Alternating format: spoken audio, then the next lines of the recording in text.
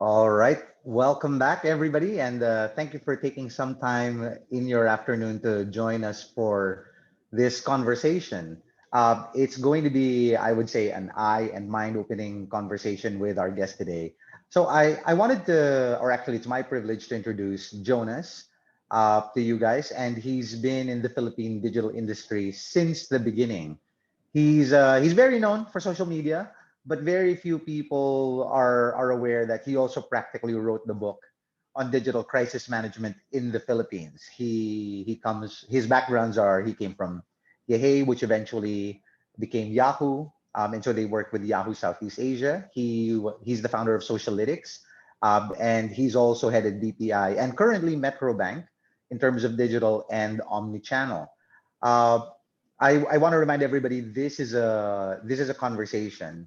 So type your questions in the chat box. We'll address them at the end of the session. What you put in is what you get out of it. But for now, I'll give the floor over to Jonas. He's got a few thoughts to share with us, and then we'll go through the conversation. Jonas, thank you for joining us. Thanks, Ro. Good afternoon, everyone. Thank you again for the opportunity to be here. And I guess before the Q and A, which I'm actually excited. As you said, this is a conversation. I've just want to share, I guess, some, I would say, lessons on the pandemic. Like everyone, Mhm. we're aware of what's happening. We're hoping this will go away. Unfortunately, uh, it's not getting any better. I think. I mean, we're so glad. I'm glad the vaccines are here already, but we hope that things can be better. But Mhm. this is what's in everyone's mind. COVID-19, and I want to talk about crisis as a catalyst for change. This is very much a presentation on how we respond, on how the Metro Bank responded to what happened with the pandemic. But at the same time, there's a lot of lessons and learnings on that we can actually Mhm. apply, and in terms of understanding social media marketing, and um, how you can actually apply it, regardless from which industry or company you're from right now. But the lessons are all applicable for all of us. And again, COVID-19, nobody could have predicted it. Like if you were in a job interview 5 years ago, like where will you be 5 years from now? I'm sure nobody said I will be working from home.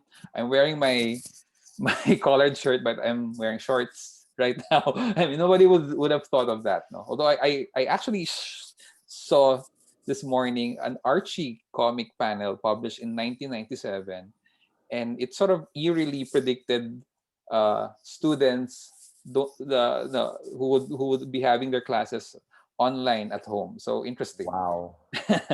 But that's the thing. So nobody predicted COVID, and what happened was, because suddenly we could not go outside, we have to stay at home. Everyone had to rely on online platforms and channels. And what happened was, all of the companies who were so, I would say, conservative and not in a rush to actually adapt and embrace more digital tools, not just for their customers but even for the employees. Everyone had no choice. And as Satya Nadella, the CEO of Microsoft, that's not me, pareho lang kaming kalbo, he aptly said that we've seen 2 years worth of digital transformation in 2 months. So that's not even metaphoric. That's actually something that's literal. Like Mhm. in 2 months, everyone had to suddenly rush through transformation.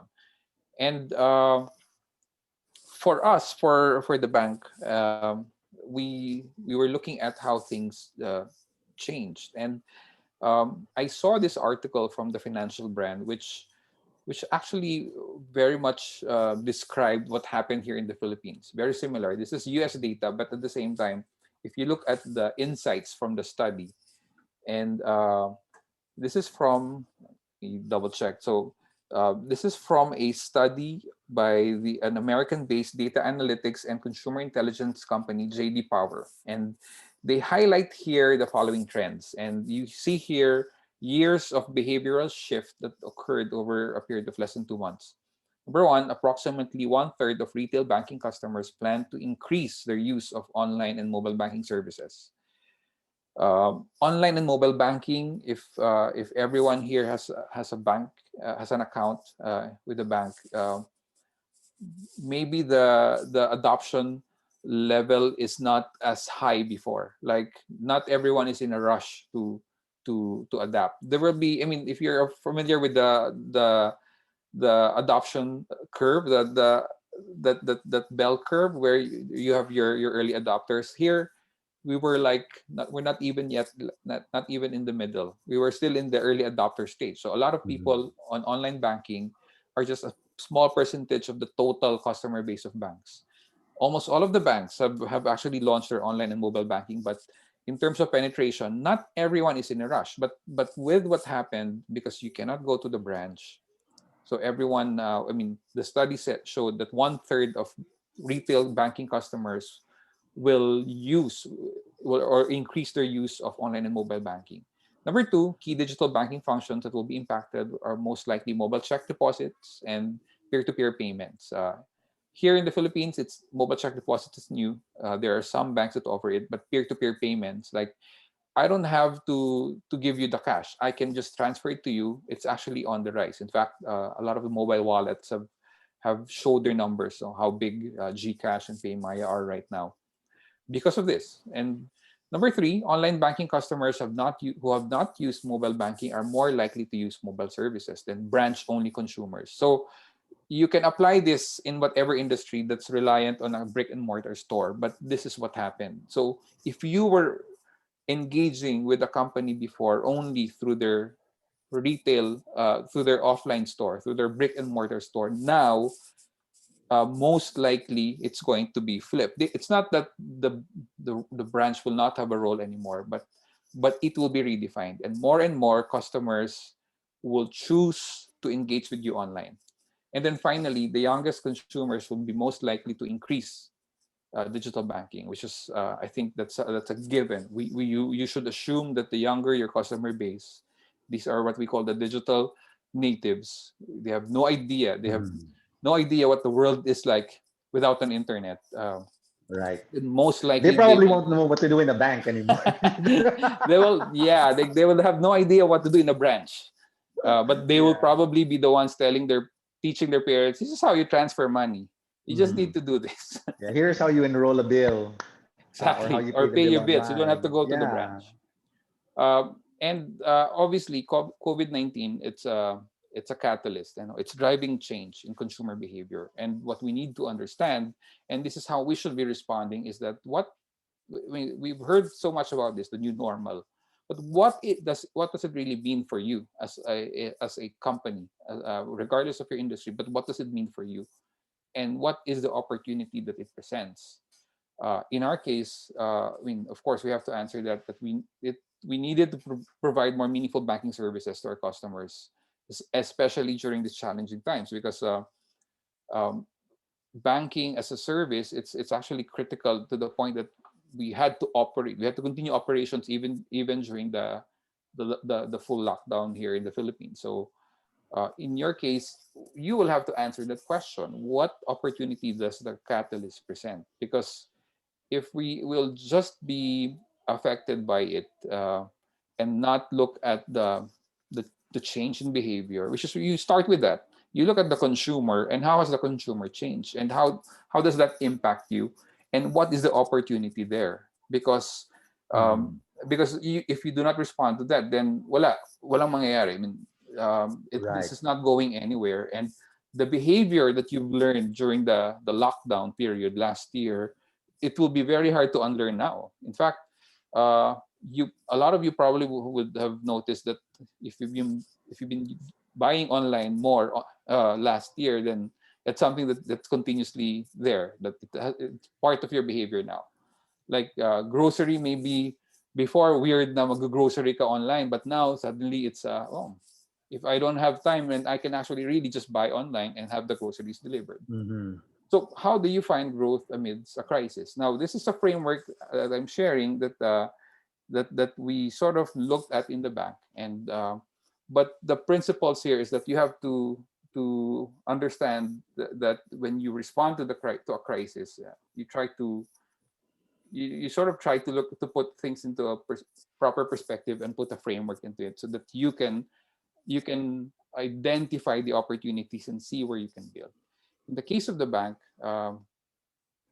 we have to start looking beyond core banking products and build ecosystems. Meaning, I mean, when you say core banking products, this is your traditional bank products, so savings account, checking account, um, payments. But there's an opportunity for the bank to actually expand beyond that.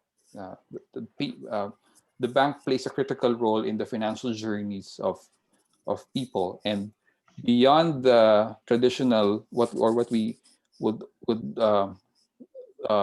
think of in terms of financial journey. There's this layer, other layers that touch on it. That may not be banking per se, but Mm-hmm. banking can make an impact.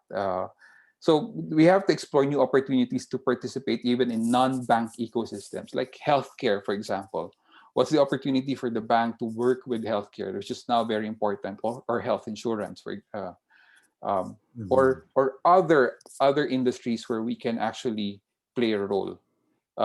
So try to look beyond your core and see where uh, you can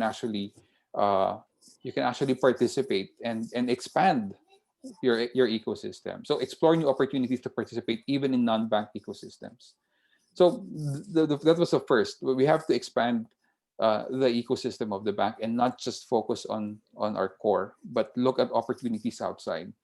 And then number two, we need to continue to drive financial education. So that means engaging our customers at all stages of their financial journey. The financial Mm-hmm. journey doesn't end. Parang, I mean, there are models who they would say financial freedom is, I don't know, Elon Musk. I the richest man. Siya na ba? Wait, is he still the richest man? But I don't know. Jeff Bezos. Jeff Jeff Bezos Bezos ulit. now. Okay. So parang it's not that eh. That's not the goal. The goal is resilience eh. Is to to Mm-hmm. make sure that whatever wealth you have, you are able to grow it, and you can actually as you also, I mean, reach the different milestones of your life, you have the sufficient uh, finances to be able to fund that Mm-hmm. particular stage in life. So Right. there are different stages that you have to be engaged, and financial education would mean we can engage you in that stage, and Right. Without having to trade your time for money. exactly, and that's where social media and digital marketing played a very important role. I was sharing with Bernard. We're working again right now, and I was telling him Yeah. how when I joined the bank almost 3 years ago, the priority was to revamp the brand website, because at the time when I joined, nobody cared about it. It was developed back in 2012. It was so old, archaic, as in uh, we prioritized it. Nobody thought about that. But by doing that, we were able to move the brand website to a new platform. It's now cloud based. It's not on-prem website anymore, which is very old. But with the pandemic happening, suddenly my team was ready to utilize and I mean fully leverage Mhm. on the brand website with our social media channels to inform our clients, to publish on a regular basis, and not just that, but even again drive financial education.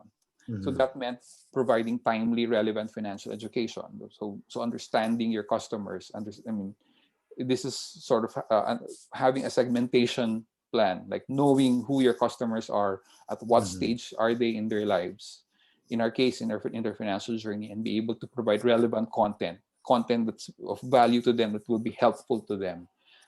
you might call this content marketing. Yes.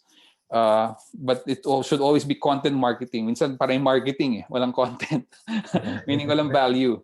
But you want to drive financial education because of an educated client is a valuable client. Mhm. And I say client, so meaning you keep the person. You don't want them to churn and leave for another Right. company. Another And then brand, another finally, a competitor. for a competitor. And then finally, launch new digital channels. So just because um, you're in pandemic doesn't mean you do not explore the changes that are happening now. So Mhm. in that case, in our case, continuously build towards a more omni-channel banking experience. So we we recognize the need to continuously improve and um, and build on the current banking channels that we have. So that means improving it, updating it, and also provide additional value by building new products if possible to contribute to the growing financial industry. In the case of others, maybe it's not building a new product, but actually identifying new channels that are relevant to your client base or customer base. Like I recently posted about Clubhouse and the phenomenon of social audio. So this is new, and it's I mean we're just like in the middle of having so many podcasts, and then suddenly now there's this new platform where it's social audio. It's live, it's online, and you can sort of like join a room and listen into conversations of people that you follow. So it's like Twitter but radio, like Mhm. combined. So it's all audio. So it's also very time based. Cannot talk the whole day, but at the same time, it's all you can also record it. So again, it's like being there in the moment of it and listening to Bill Gates or Elon Musk again. He had this session or some of Mhm. the people that you follow. So is that something that can be of value to you? Maybe. I mean, but those are the things that you should not stop. Should not stop exploring what's happening in the industry and sort of Mhm. identifying new channels or platforms that can be of value to you as a company. So there. Wait, I'll skip that. That's it. I mean, if you have any questions later, I will gladly try to Yeah, share. thank you. Actually, I would have like a lot of questions for for everybody that wants to participate in the convo. No, feel free to drop your questions in the chat box. But I'll get the conversation started just to warm us all up to get everybody comfortable. I'll go back to the first thing you said, Jonas. No, like the new normal. I think a lot of people are thinking that some brands were too big to fail. They weren't really in danger of the lockdown, of the pandemic. But Metrobank is an enterprise sized business. Did it feel like it had to make a pivot, like based off of the current situation that we were in? No, I wouldn't call it a pivot. It's more of recognizing the need to, I guess, to hasten the digital transformation plans. Mm-hmm. I mean, one of the things that happened when the pandemic, when the lockdown took place, was that because suddenly everyone had to rush online and utilize her online channels. One of the things that will happen is it will expose the gaps of the company when it comes to technology. Mm-hmm. So um, it it's an eye opener for not just us, any company. You will, if suddenly all of your clients need to engage with you on either on social media, your Right. website, online banking platform, you will it will be very different. So it exposes those gaps.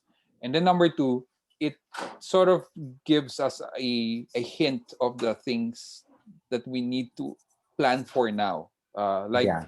redefining the role of the branch. If more and more people will do banking online, then what will be the role of the branch? It's not going anywhere, but we Mhm. will probably not open new branches anytime soon. But we will have to Right. now understand what will be the role of the branch. But then, if the role of the branch is redefined, then now you will have to. I am employing 15,000 people. what will be the roles of the people who are in the branch. Right. Right. Now you also have to start thinking about that, and have a program in place where maybe we need to uh, we will have to have a program that will upskill or sort of retrain people into new roles that are future proof. I mean, those are the things Mhm. you should be Right. thinking about right now. And so clearly, right before the pandemic, clearly a lot of the awareness, the information. I don't think it was necessarily pivotal in the website and the social media channel. So when it happened, you clearly had to rely more on your digital channels. How quickly did you guys have to expand the roles of your social channels of the website to make sure Well, that you had your customers were always engaged with you? I cannot share exact numbers, but to give you a perspective, the volume of inquiries that we received on social media, it actually jumped 400%. So Wow. that meant I Wow. uh, needed to increase the number of people, the community managers that I have, Right. and that's why I talked about uh, I mean, roles being redefined, because not because a lot of the branches were closed at the time. Then I was able to, like, hey, I have this program in place. A lot of you people in the branch before, you cannot go to the branch, so we Yeah. need community managers. So like I did a crash course training and then sort of get people ready to be Right. community managers suddenly, and help our customers who are on social media. When I talk to some brands, Jonas, I usually tell them you can't market in the Philippines and then not be on Facebook. No, it's just, Facebook is king here. Like even I'm seeing it. Like now, the majority of traffic that goes into the Truelogic website is not organic anymore. It's really like it's a crazy mix. You can't market in the Philippines but not be on social media. But a lot of people are apprehensive about doing social media because they're thinking, oh, ayoko mag-social media kasi nagiging customer service lang. Like, I just want to do it for the marketing, but I don't want to do the customer service thing on social. But I mean, is there a choice? Well, I will, if I was talking to you and you will tell me you don't want to do customer service, then I will ask, my question for you is, are you telling me you're willing to spend on acquisition, creating awareness, influencing Right. consideration, getting the client in, but you don't want to invest in keeping the clients Right. in? Because customer service is a loyalty play, right? So Mhm, if yeah. you are not there to and addressing customer service, then what's your loyalty play? What, because you Right. have to be where your clients are, and if they are on Facebook, then you have to be there. If they have a question, they will not care if they will not care who you are. They will not care if your post is 70% offer, less Yeah. discount offer. They will No, that's complain. They will true. have a question. So you have to be there and you have to be ready to respond. Right. So, retrospective 2020, are there brands that you think did a good job, like transitioning more to digital communication in both their pre-sale, sales, and post-sales communication? Like, were there any admirable 2020 campaigns? I think I have no top of mind, honestly. And I was telling you this, that I feel that I've been in the bank too long. Maybe not, but long enough that a lot of the perspective has been internal and probably even the industry. So we look at our competitors. But I think, what if you look back at the 2020, the good thing is that there's not a lot of of brands that sort of made a wrong call, Mhm. who did insensitive stuff. Because like if we go back like 2008, 2009, there would be a lot of brands who would like have a lot of missteps when it comes to social media. Mhm. I think what I've noticed is that this year there's very little, or last year rather, there's very little brands who didn't know what to do. They were very Right. sensitive. They were very sensible in the content that they were publishing. So it was, I mean, that will be my observation. Like it's there's no like top of mind campaign for me, and Mhm. everyone was trying to be sensitive as well. You don't want to like go through Right. a campaign in a pandemic when a lot of people have no work, will have no access Yeah. to some resources. But for them, it's about, which is I guess good. No, everyone was very sensitive and looking Right. for opportunities to help, but not but not alienate Also, a lot of the the messaging, I think, around safety, like yes, everybody really put in an yes, effort to tell them it's safe yes, to go back to McDonald's, it's safe to go back right, to Jollibee. right, And even when you see it, right, like they cross out chairs, they do make sure that it is visibly safe yes, for people. Let's zoom out. Let's talk about your new job title a bit. No, so okay. it's head of digital and omni-channel, right? Omni-channel, yes. Yeah, and So if there's anything I've seen in the quarantine, uh, I think there are people that are stuck to traditional, and then people that have just decided to go all in on digital, and then people really right. can't marry the two together. So can you marry those two ideas to us? Like in Well, a brief overview, omni-channel, what is it? okay. So when I joined the bank, it's head of digital marketing, but now it's head of digital marketing and omni-channel. And the Mm, title, well, it's there because one of the things that we're trying to do with the bank is to sort of understand the client better, understand the customer mm, better, and be able to design the experience of the customer. A lot of the experience happens online. So mm, uh, online banking, mobile banking, our social channels, right. website. So for us, we wanted to ensure that whatever online or digital product that the bank will roll out, it should be designed with a clear end in mind, and that Mm, it should be there should be a clear roadmap in place that ensures that all of these different products and channels which can be accessed online uh, are are actually designed well and designed cohesively. Like mm, it all comes, everyone will identify it's coming from the same company or the same brand. It's all from Metrobank. So klaro dapat, and yeah. that's why there was a need for a group that would look after that to ensure that products are designed well, it's designed cohesively, the experience is consistent, uh, whether it's not just on offline but also online, but more online now because that's where we're spending more time. But to Right. sort of be able to do that. So how is it measured for success? Like when so let's say Well, there are probably some brands here that have a version of omni-channel. What would you say is a good measure for success for omni-channel? you have to start with the vision in mind, like what do you want to Mm, achieve, and that means depending on which industry or company you are, will that mean a lot of your business happens online, so mm, identifying all of that, and where is it headed, like will you have your own mobile app later on, will it mean mm, your online store will not just be your website, you're on Lazada, you have a Facebook uh, page and a marketplace and all. But you sort of identify all of that and have a clear end goal. What is your end goal in mind mm. for the company? And then with a clear vision, then you sort of craft your strategy. How are we and how are we going to ensure that we roll out omni-channel, that the experience of our customers, whether it's online or offline, is actually consistent and the same. Right, So right. it And relies that a they lot. integrate from one to the other, It's right? Like your integrated. digital influences your real life influences your Yes. digital. So the strategy will address if there are silos in the company, how do you deal with silos and sort of Right. remove walls and ensure clear ways of working with everyone. Um, it's if your products are, I mean, you're familiar with this. If your products are IT driven, Yeah. and you have to like maybe change it, and now it has to be customer led or customer centric. Yeah.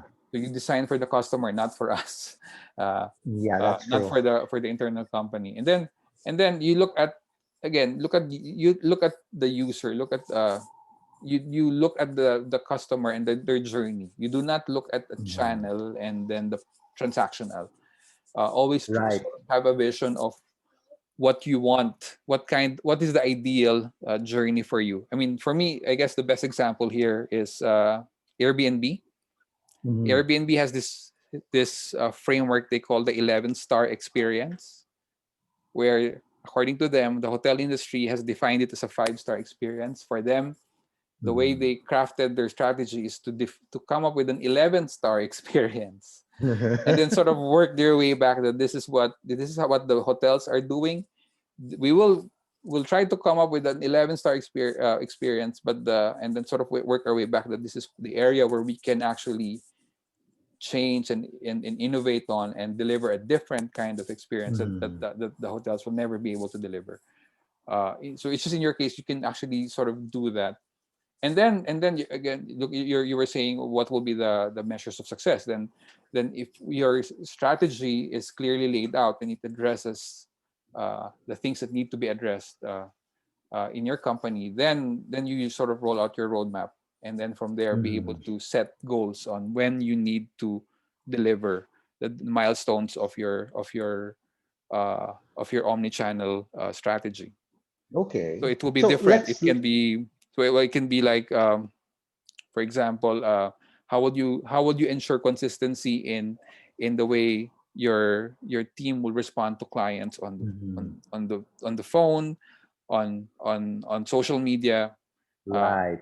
on email, for example, if you receive email, so you set goals for each. What's the turnaround time?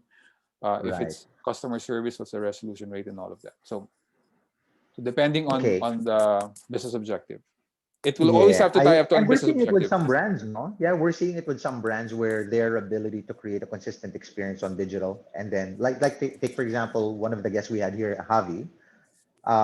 He makes sure that the experience his customers have on the digital channel and in the branches, because they're also another one that was critical. They were considered as a frontline industry during the lockdowns because they deliver stuff to people and to people's homes, but he did his best to make sure to measure the same things in branches compared to online. And then they were measuring how consistent is the online experience, the online conversations versus the branch conversations and the branch Right, feedback. right. So I thought that was terrific.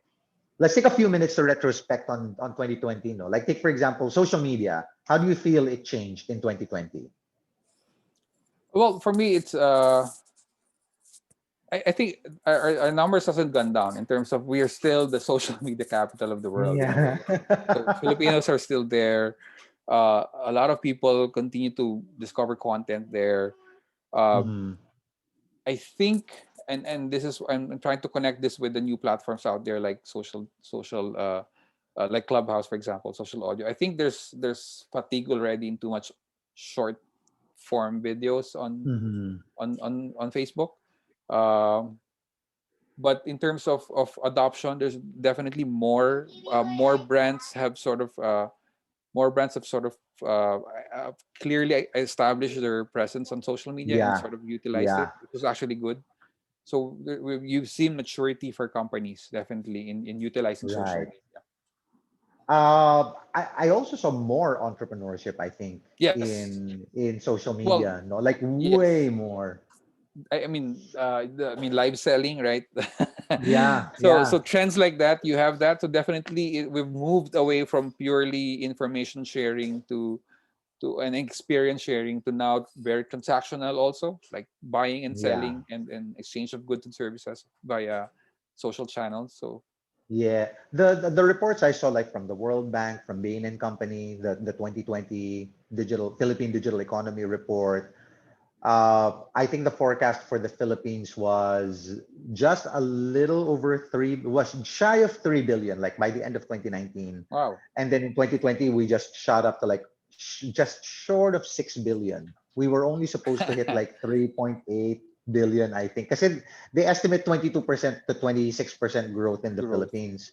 And then we did like more than double. And right, that's considering we lost the travel transactions, we right, lost the right, the transportation transactions, and yet overall, no, like retail commerce, I think was like 78 billion, like in terms of general merchandise right. purchases. I I Do you mean, think it will persist after the pandemic, like yeah, that behavior? I think so. I mean, this is anecdotal, but I've been pleasantly surprised on how the different ads that target me, and then you get to see like I don't know, uh, uh, uh, a shop that sells lights para sa mga kotse. Like, I mean, things like that.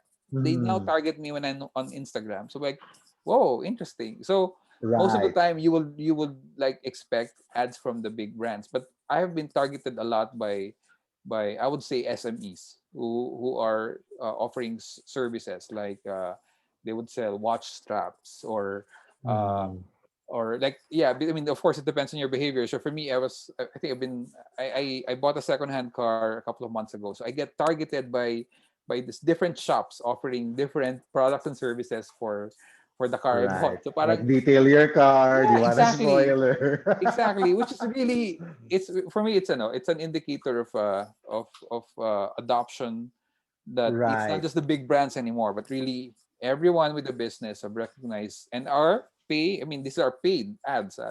They've Yeah. understand targeting. They understand that with Facebook they can actually target behavior. Okay, so people who search, I mean, diba, who engage uh, these brands, or maybe you search on marketplace, then they were able to target me. So good for them actually. I'm Yeah. Actually, I see some pretty relevant ads for me too, no? Like when the lockdown happened, I was getting targeted by both Monday and Teamwork. So they assumed we would need to Yeah, remote project Monday I've been manage. I've been targeted on YouTube.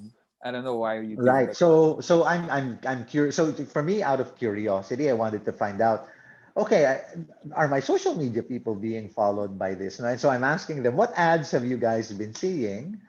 And oddly enough, the project managers in the office were the ones seeing like the Monday ads, but the contributors they don't. Like it's not targeting. They go like, galing, wow, galing. that's like very interesting, right? Like really good segmentation, So really good now, targeting of their if people. you were not that savvy and you like sort of suddenly, hey guys, what do you think of Monday.com?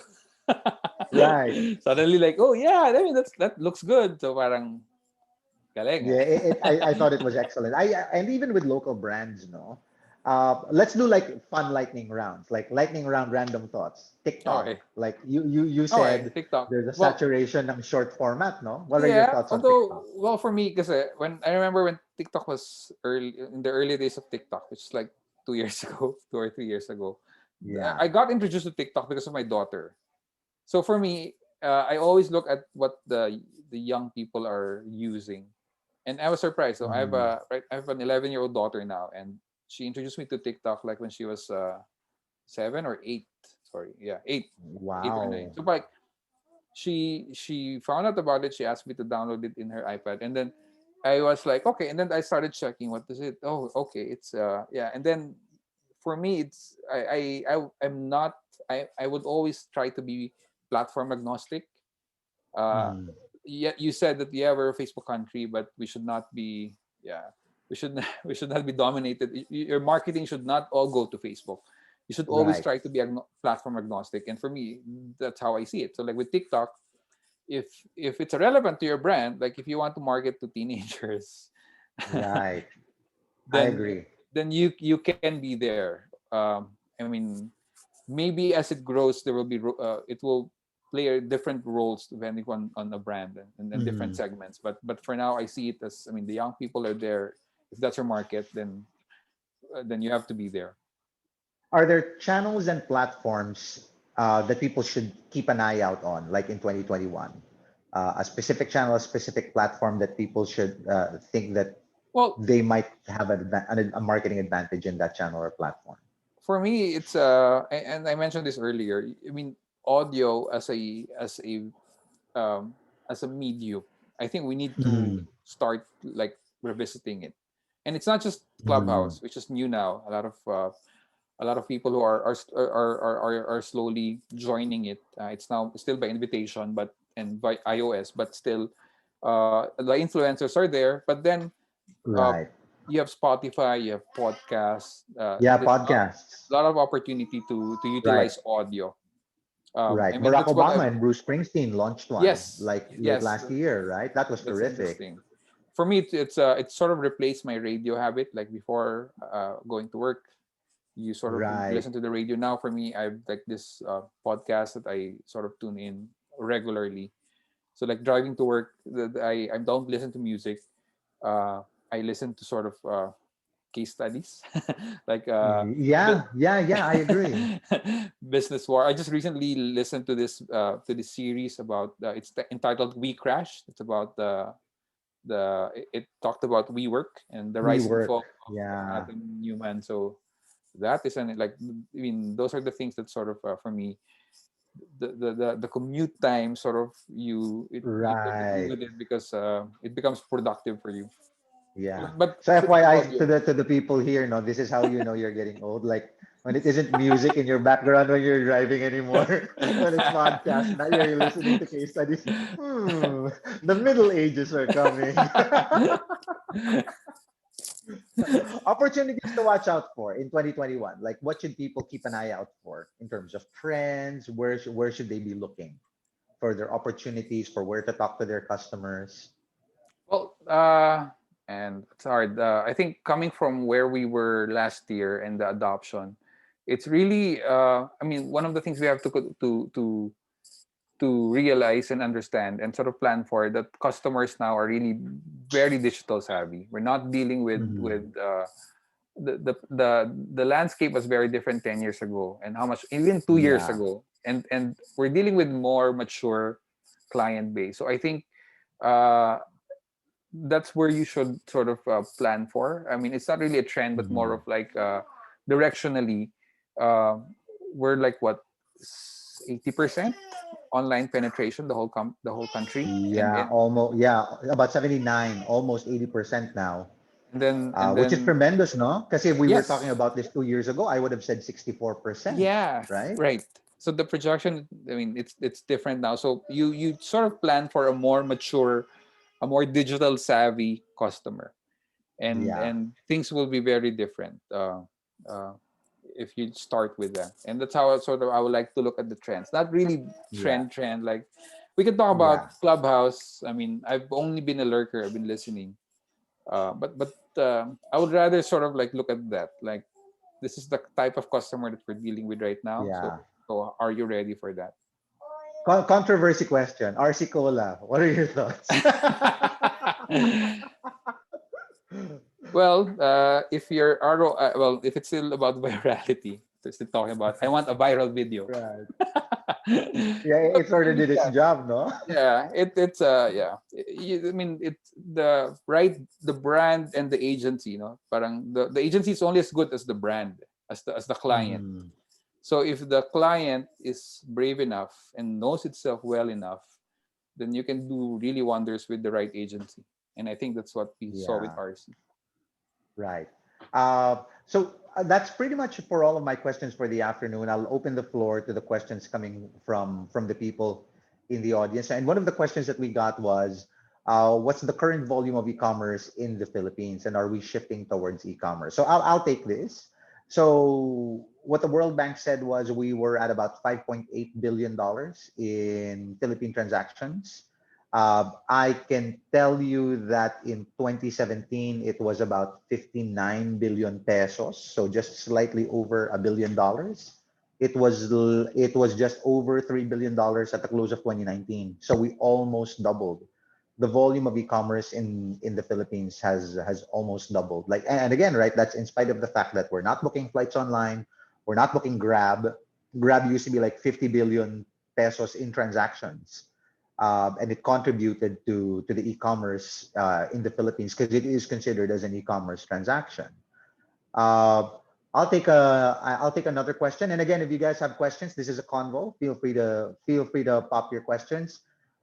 Uh, Jonas, I've got a question on social selling for enterprises. They're saying that SMEs do it, and but what about large traditional companies? Is it worth getting into? Like a social channel for being able to move product for larger companies? Well, wait. I have yet to see one. So it depends on the role. Like how you see the role of social media for you. I mean, but Mm-hmm.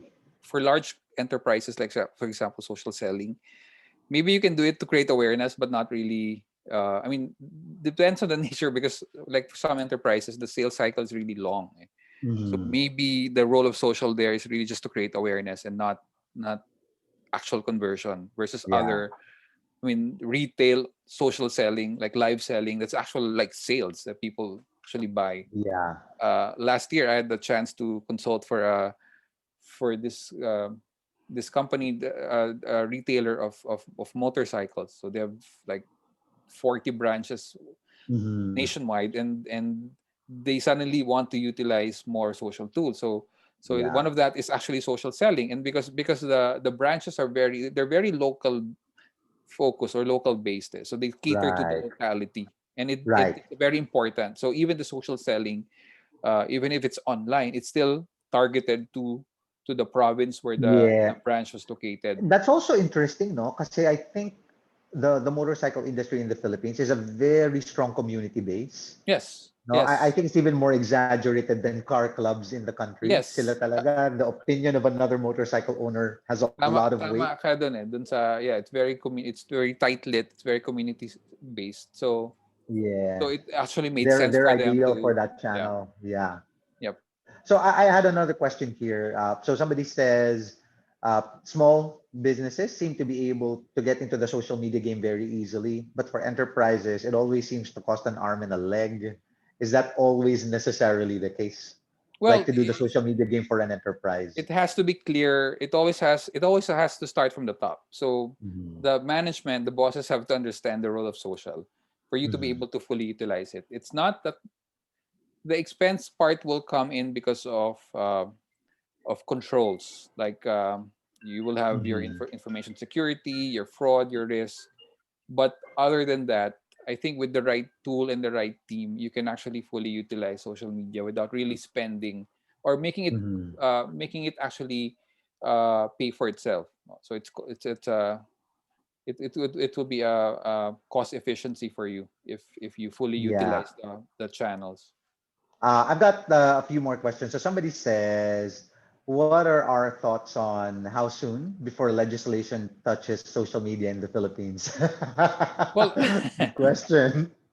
I there will be attempts, I think, but I don't think we are. How do I say this properly?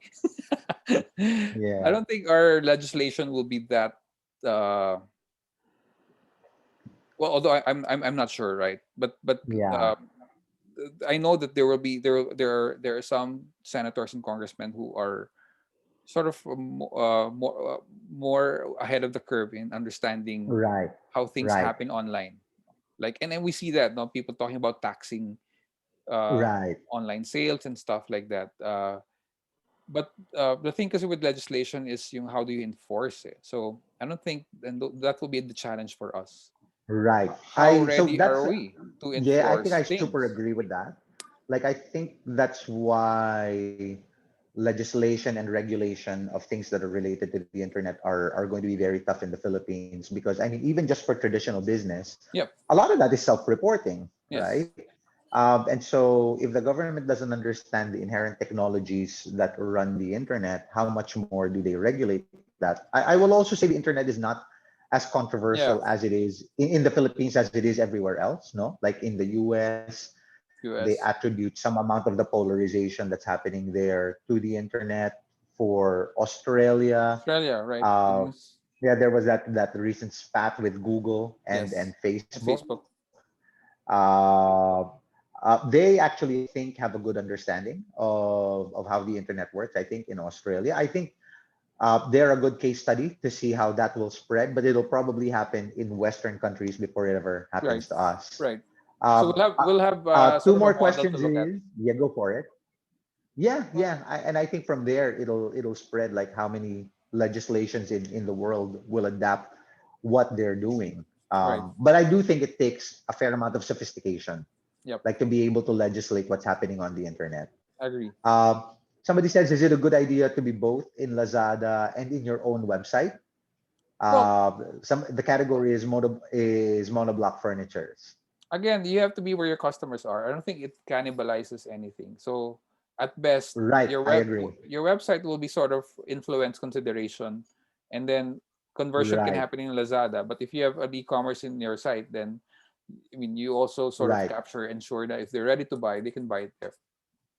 Yep, especially if you have the logistics capabilities to fulfill, Yes. no? I like to tell people Lazada and Shopee are good channels to go to if you don't have your own warehousing capabilities, if you don't Although I have do your own understand delivery that capabilities. there's additional sort of spend for a merchant if you It is, maintain there a is. presence there. So you have to look at the cost benefit as well of Right. maintaining your presence in both. Because for Mhm. some, their e-commerce play is Lazada. But then if you can Right. actually afford, and well, you look at like how much do I have to spend to market and drive people to my website Mm, versus how findable can I be if I'm on Lazada, and then look at the cost right, benefit of both. right. You do lose a certain percent, no? I think they dance from 5 to 15% Yes. based off of the volume of sales that you run. Uh, and I think, yeah, that's probably the last question we've got time for. Jonas, I want to thank you for joining us this afternoon. No, Thank you also. yeah, it was really fun. It's nice to touch Always. base with you again. Thank you everybody for joining us for the afternoon. If we missed any questions, feel free to email us and we'll address them. Um, Jonas, thank you again. Thanks, Thank you to Bernard. everybody Thanks, that bro. joined us this afternoon and joined us for the next True Logic DX. Thank you. Cheers, everybody. Have a great day.